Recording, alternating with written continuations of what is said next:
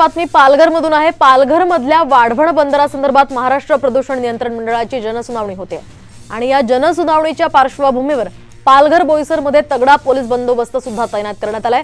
जनसुनावणीच्या 10 kilometre परिसरामध्ये तब्बल 2,500 police बंदोबस्तावर तैनात आहेत। तर वाढवण बंदर संघर्ष समितीने जनसुनावणीला विरोध केल्याने जिल्हा प्रशासन आता सतर्क झालंय। आताची ही महत्त्वाची अपडेट आपण पाहतोय। विरोध होतोय या जनसुनावणीला आणि त्याच पार्श्वभूमीवर पोलिसांचा तगडा बंदोबस्त या परिसरात तैनात करण्यात आला।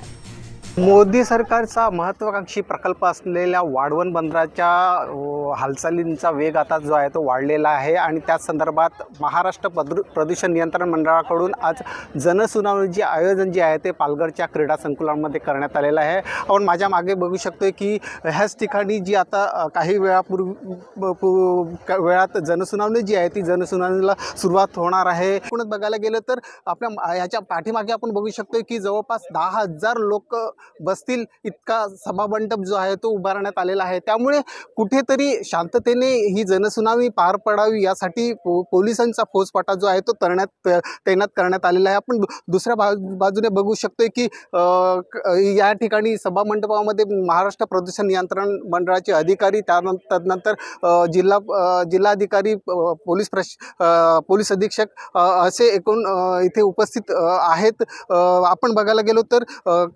ही जनसुनावणी शांततेत व्हावी, नागरिकांनी सनदशील आणि कायदेशीर मार्गाने आपल्या तक्रारी ज्या आहेत त्या मांडाव्यात असं आव्हान जे आहे ते एकंदरीत जिल्हा प्रशासनाकडून करण्यात आलेलं आहे। रुपेश पाटील, साम टीव्ही, पालघर।